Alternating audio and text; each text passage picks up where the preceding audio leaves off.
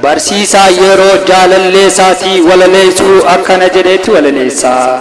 Jaalallee koo goontuu tan fakkaattu boronqii siifan bitaa hundaa yoo barbaaddes warqii.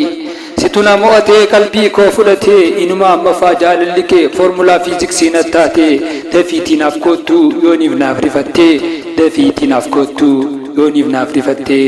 Abjuu keessaan bulaa waa'ee kee yaaddawee daastara jaalalaa abbaa kennu ta'ee akkam goona isaa jiruun nu bushaa'e akkam goona isaa jiruun nu bushaa'e. Dur yeroon kilaasii seenu maqaa saabjektichaan chookiidhaan barreessaa amma immoo saabjektii seen maqaa qee gubeessaa maalumaaf furmaata qalloo muddii soonsaa maalumaaf furmaata qalloo muddii soonsaa. Qalamni waa'ee kee barreessu hedduudhaan beektaa birsa gaan qoodamee onnee na kirkitaa ansiin booji'ame ati akkam jirtaa ansiin booji'ame ati akkam jirtaa.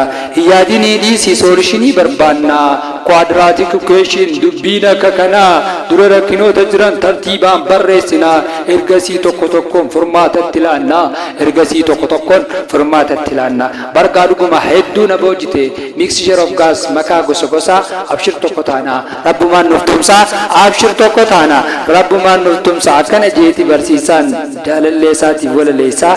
Akkam jirtan isinoo yaa warri siyaasaa akkam jirtan isinoo yaa warri siyaasaa neegaddaadhaa yeroo itti aantutti kanaan isinii dhiyeessaa galatooma ulfaadhaa isiniin jaaladhaa qopheessee dhiyeessaa nanimmoo olii qaalammiitii waan hordoftaniif nafaan turtaniif 2 gan isiniin jechaa. Warri reediyoo dhaamsaatiif haaraa taatan marti keessanuu chaanaalii reediyoo dhaamsaa sabskiraayib godhaadhaa warri miseensotaatanii jirtan ammoo laayik godhaadhaa nama hundi biraan gaadhaa galatooma ulfaadhaa eegduun isin jaaladhaa garmaleen isin jaaladhaa.